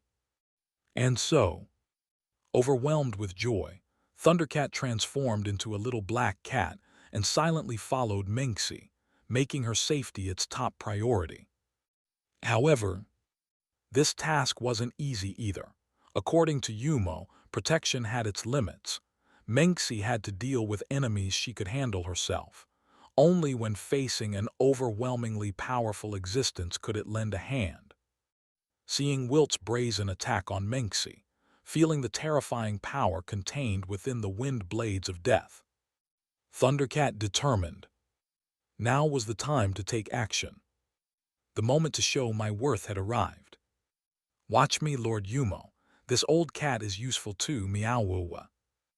With a surge of thunderous power, under the astonished gaze of Zumu, the little black cat leaped into action. In an instant, thunder roared. An enormous, powerful magic force burst forth from within Thundercat. In the blink of an eye, it collided with Wilt's dark green aura of death, forming a standoff. Under the protection of the purple lightning magic power, the powerful atmosphere on Zumu and Minxie was instantly dispelled. The two were finally able to stand up, as if a heavy burden had been lifted.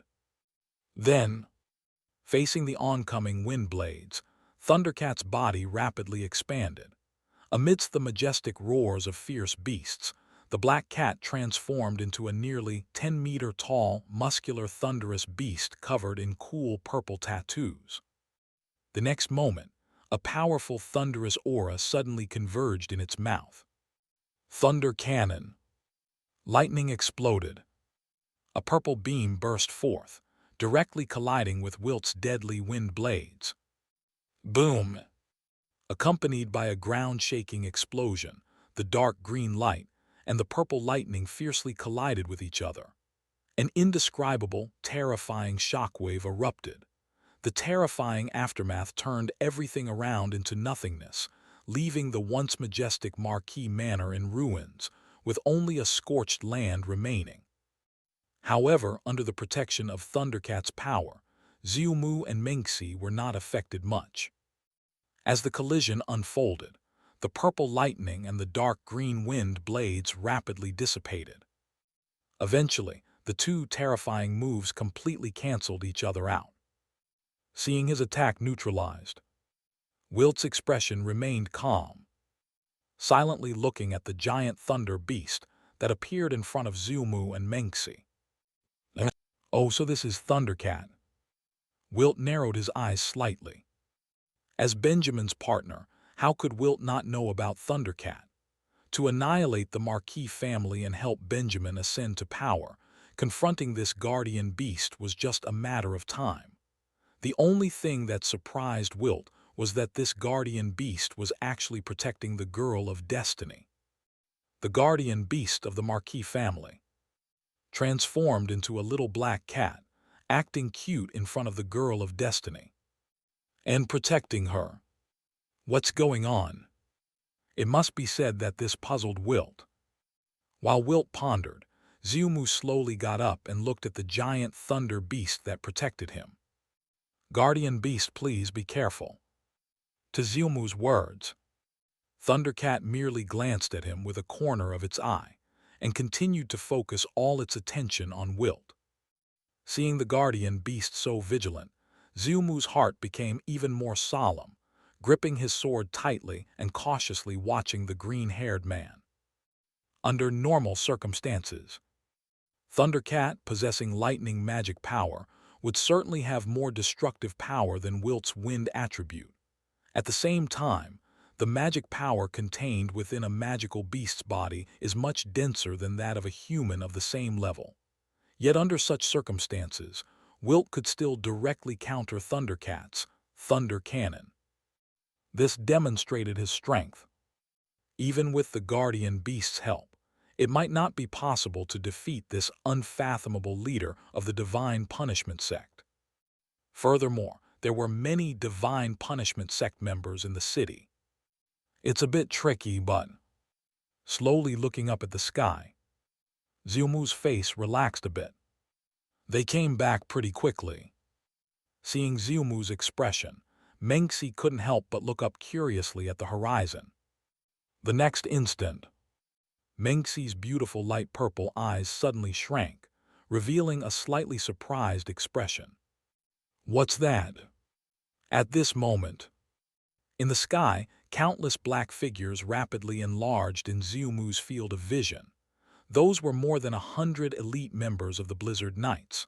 Right now, these powerful knights, led by the leader of the Blizzard Knights, Sikta, were riding fifth-stage griffin beasts, rushing over from afar with great momentum.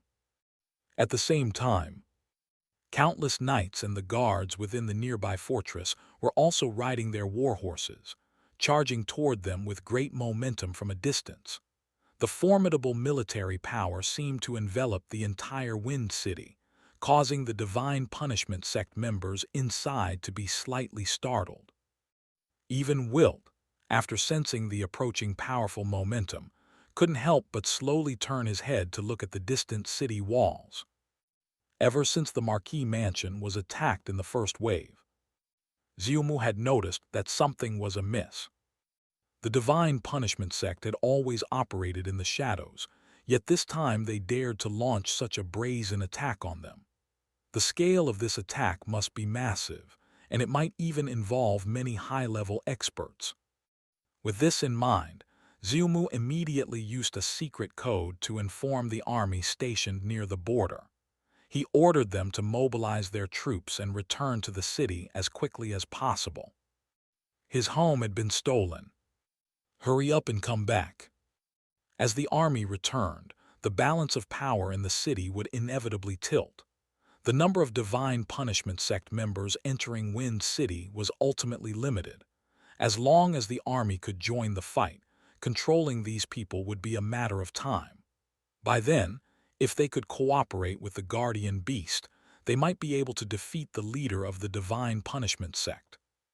With this thought, a spark of confidence slowly ignited in Xiumu's heart. However, the lifespan of this confidence seemed to be rather short.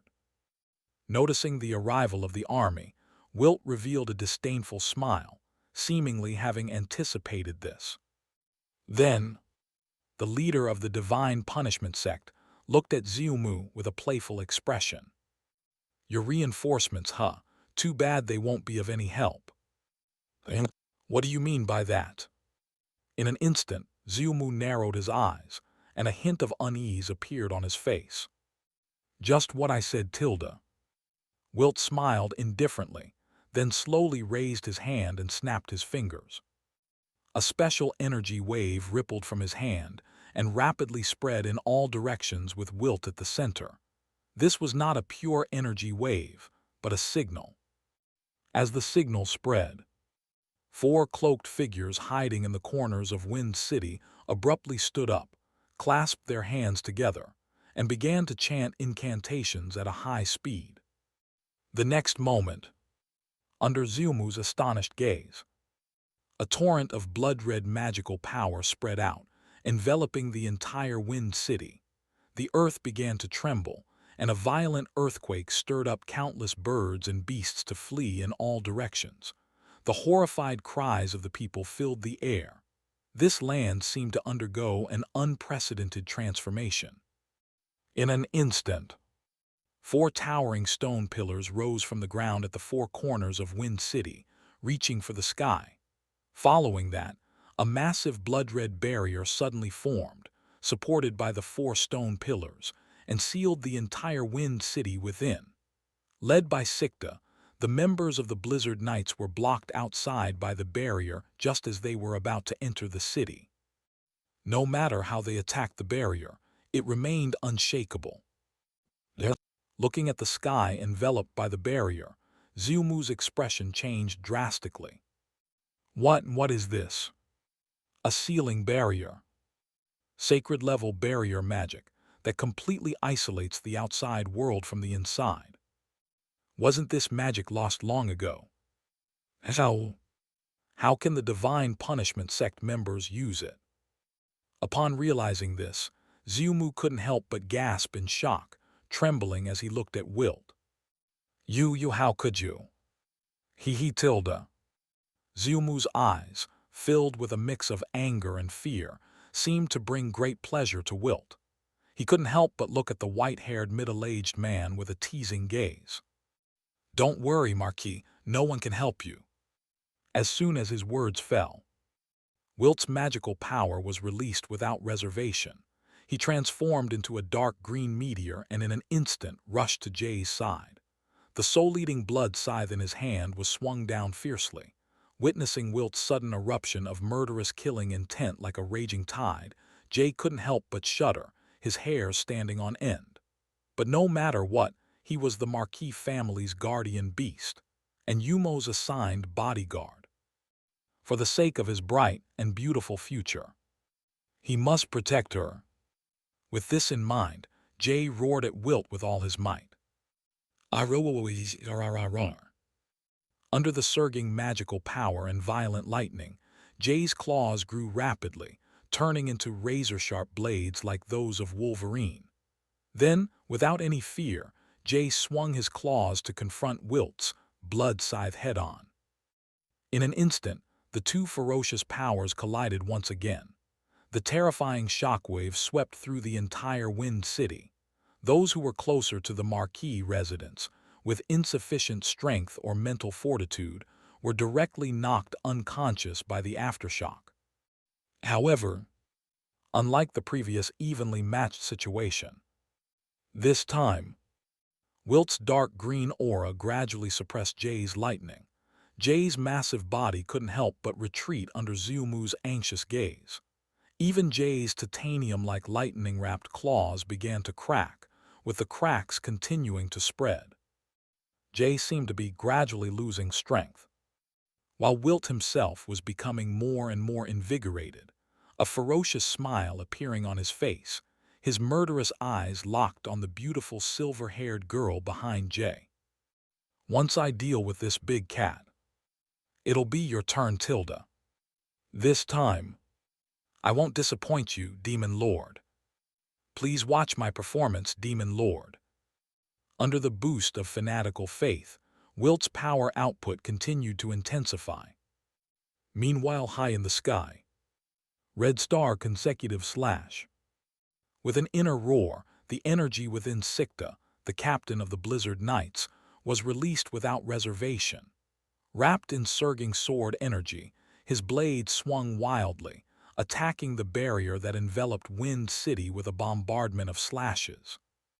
At the same time, the other Blizzard Knights around him also unleashed their most powerful moves against the barrier. The fifth-tier griffins they rode as mounts dared not slack off either, releasing powerful breaths to launch a fierce attack on the barrier. Boom, boom! Magnificent flames and dazzling sword light continuously exploded in the sky above Wind City. However, no matter how these knights attacked, the Crimson Barrier remained unscathed. Not even a single crack appeared. Seeing that his strongest sword technique couldn't cause any substantial damage, Sikta felt a sense of powerlessness, and his anxiety grew ever stronger. Damn it! Thinking of the Marquis under attack and the people of Wind City suffering from the onslaught of the Divine Punishment sect, while he could only watch helplessly from the outside, Sikta clenched his sword hilt tightly, and his eyes grew even more solemn. This barrier. What on earth is this? How is it so strong? Damn it, just break already. Roaring, Sikta could only continue to vent his powerless anger with his soldiers, attacking the barrier relentlessly. However, such output was ultimately useless and merely a waste of energy. On the other hand, in the small woods outside the Count Hoctor residence, the servants and guards of the Hoctor family, along with some members of the Blizzard Knights, were leading a group of noblewomen and children, anxiously fleeing towards the outside. However, the escape was not smooth. Due to the burden of these helpless women and children, Their escape speed was far from satisfactory, and a large number of Divine Punishment sect members quickly caught up from behind. The guards had no choice but to protect the women and children and engage in battle with these frenzied members of the Divine Punishment sect. Under such unfavorable combat conditions, the guards quickly fell into a fierce battle. Blood splattered and flesh flew. Many guards were quickly killed under the blades of the enemy members, although quite a few Divine Punishment sect members were also killed by the guards. The overall difference in quality meant the guards were soon suppressed. Annihilation seemed to be only a matter of time. Blood stained the forest floor. The cries for help and tears of the children and noblewomen, coupled with the heart-wrenching wails of the guards, formed a symphony of despair and death. However, having long grown accustomed to all kinds of wails, Yumo remained indifferent upon hearing these sounds, her heart incredibly calm, as a knight held her and Xingya while fleeing. By the way, Xingya was the Count's daughter, the young girl who had previously spoken rudely to Yumo. Woos woo. Feeling the threat of death, Xingya's tear ducts completely lost control, and she began to cry loudly. In comparison to the already wailing Xingya, although Yumo looked like a child as well, her expression was so indifferent that it sent chills down one's spine. At least that's what the knight carrying her thought. Looking at the calm and composed, completely expressionless Miss Xia, this young member of the Blizzard Knights couldn't help but reveal a puzzled expression. "Miss Xia, are you all right?" However, in response to the knight's worried inquiry, Yumo did not give any reply. Instead, she remained silent, raising her head to gaze at the sky, looking at the massive magic barrier that sealed off the entire city. Yumo's deep blue eyes slightly narrowed. "Well, this is quite lively." Caught off guard by this sudden attack, Yumo couldn't help but feel a strong sense of confusion welling up inside her. Is this the holy domain magic, the sealing boundary?